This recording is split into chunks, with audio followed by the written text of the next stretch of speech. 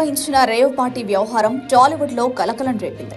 కొందరు టాలీవుడ్ సెలబ్రిటీలు పాల్గొన్నట్లు వచ్చిన వార్తలు దుమారం రేపాయి. హీరో శ్రీకాంత్, నటి హేమ పేర్లు సైతం వెలుగులోకి రాగా దాన్ని వారు తోసిపుచ్చారు. తాము హైదరాబాద్ లోనే ఉన్నామంటూ వివరణ ఇచ్చారు. బెంగళూరు రేవ్ పార్టీలో టాలీవుడ్ కొరియోగ్రాఫర్ జానీ మాస్టర్ ఉన్నట్లు వార్తలు గుప్పమన్నాయి. మొన్నటి వరకు జనసేన తరపున ప్రచారం చేసి పవన్ కోసం ప్రాణమిస్తారంటూ అన్న మనిషి ఇలా పోలింగ్ అయిపోయేగానే చిల్లవడానికి బెంగళూరు రేవ్ పార్టీలో దొరికిపోవడం అందరినీ షాక్ గురి చేసింది. దీనిపై ఆయన ఓ స్పష్టత ఇచ్చారు. తాను బెంగళూరుకు వెళ్లలేదని హైదరాబాద్ లోనే ఉన్నారంటూ తెలిపారు. దీనికి సంబంధించిన ఓ వీడియోను తన ఎక్స్ అకౌంట్ లో పోస్టు చేశారు. అయితే నటి హేమ లాగానే దొరికిపోయి జానీ మాస్టర్ కూడా నాటకాలు ఆడుతున్నాడని అందరూ అనుమానిస్తున్నారు.